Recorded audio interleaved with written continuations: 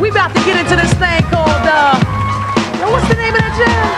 Oh yeah, that's the way we flow. We were America. We were a multiracial, multi-ethnic, pluralistic campaign, huh? NAL.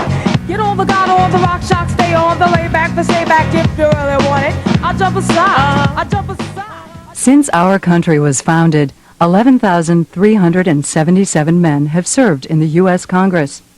Since the first woman joined them in 1916, 162 other women have served in Congress.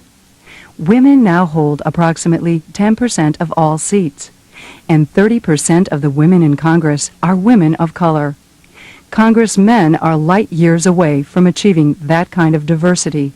Not the typical female that tends to fall victim to the evil that men do. Small puff, I call you bluff. I'm not mad, I just had enough of the rough stuff.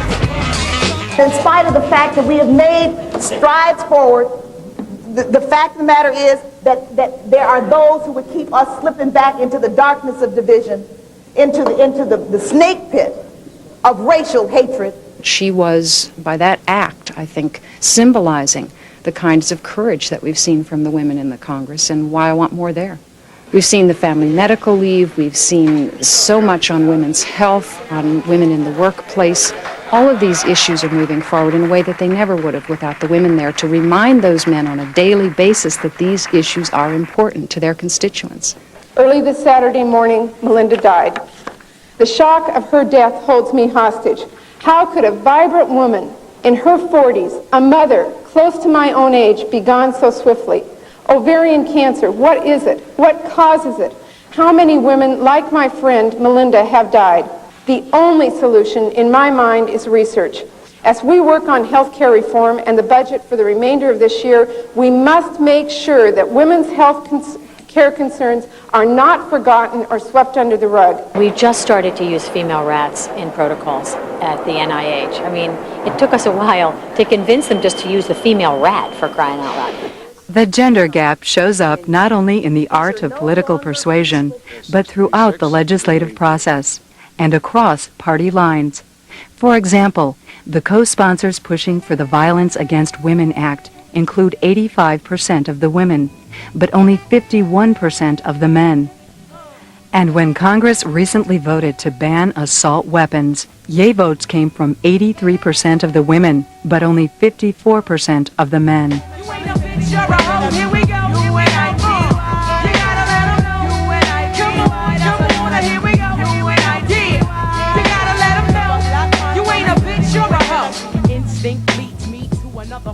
This is the first time the 7 women of the Senate have pulled together across party lines on such an issue.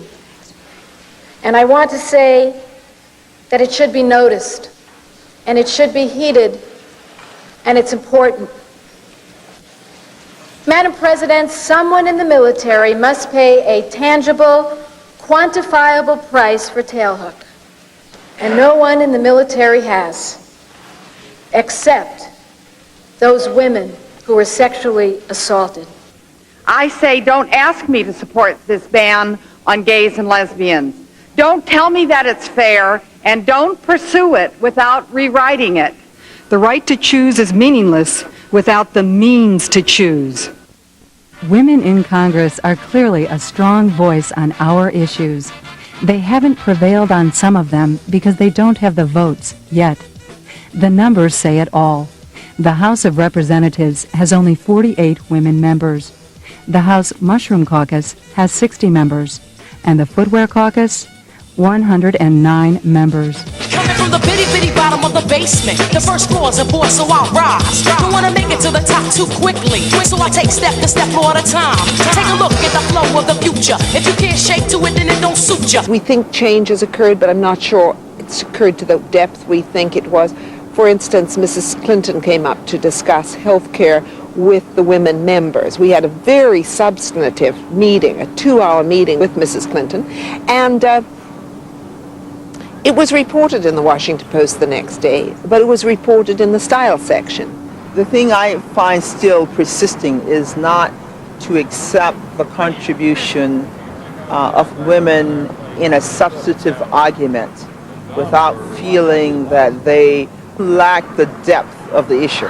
I see men standing up with great elocution about nothing around here. No one asks them to cite the reference or the footnote. Bad this, bad that, who's bad enough? For those who are bad, then batter up. I'm pointing to scrap with my index. Who couldn't come off with a rag and some Windex?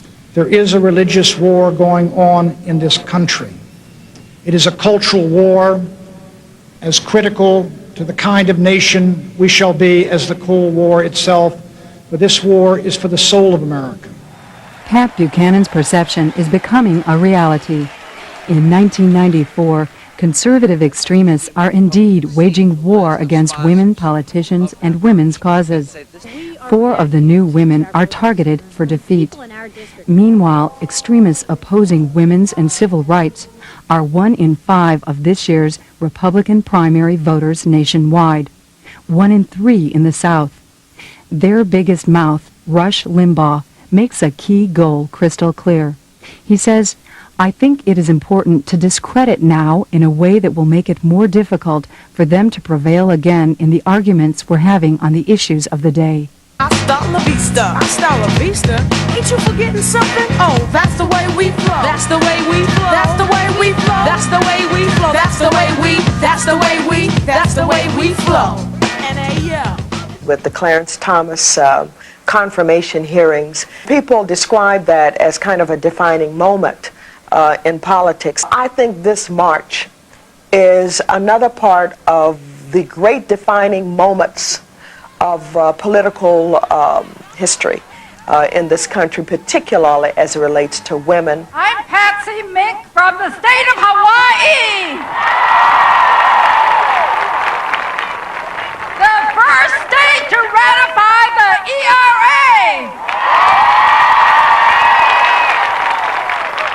This rally is about power. I want to talk to you about 2 things today. The first of them is equality. And the second is the fact that we can never get the first with 2% representation in the United States Senate. We doubled the number of women in Congress, but that really just took us from 5 to 10%. I think there is a critical mass of 20%, maybe 30% before the women will have the real strength to prioritize the issues that affect our lives. Here is what the new women in power are saying to and about NOW activists. Senator Carol Moseley Braun says, "Thank you for being such a strong force on my behalf." Representative Carolyn Maloney says, "In the darkest days, your support helped immeasurably." Senator Barbara Boxer says, "Now's organizing really made the difference."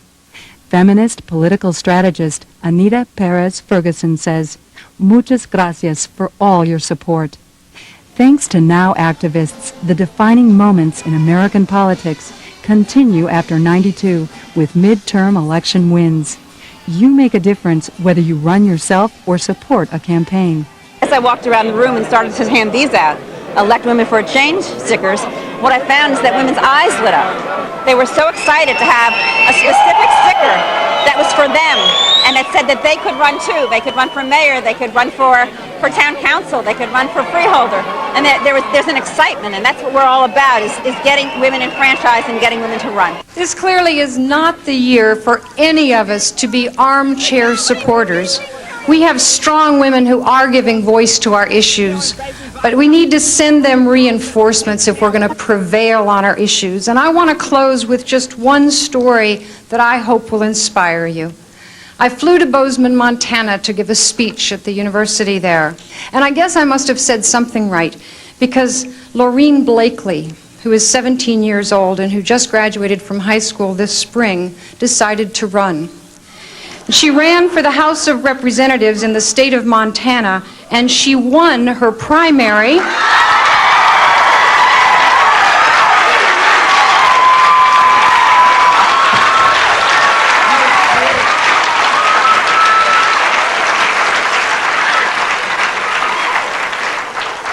Laureen Blakely, who at 17 is not even old enough to vote for herself, won the primary on a pro-choice platform. If she can do it, so can you.